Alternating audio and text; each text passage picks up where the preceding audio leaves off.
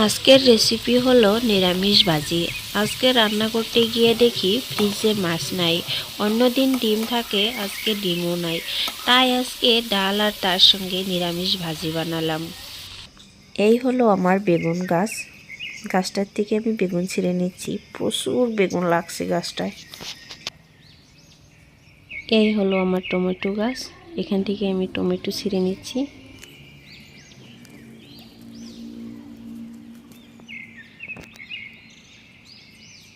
আর এখানে আমার কচু গাছ আছে, আমরা এটাকে দুধ কচু বলি। এখান থেকে আমি 3টা ডাল কেটে নিচ্ছি।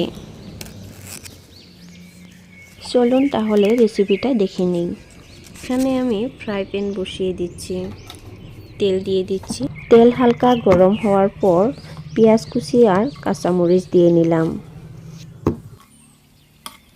পেঁয়াজগুলো একটু নেড়ে চেড়ে নিতে হবে। হালকা বাদামি রং হওয়ার পর সবজিগুলো দিয়ে দিচ্ছি। দেখুন সবজিগুলো একদম চিকন করে কেটে নিচ্ছি। আমি এখানে 4 রকমের সবজি নিচ্ছি: আলু, বেগুন, টমেটো, কচু।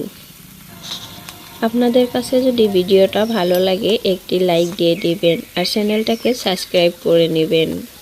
এখানে আমি দিয়ে দিচ্ছি হলদি পাউডার, মরিচ পাউডার, ধনিয়া পাউডার আর জিরা পাউডার, আর দিয়ে দিচ্ছি স্বাদ মতো লবণ।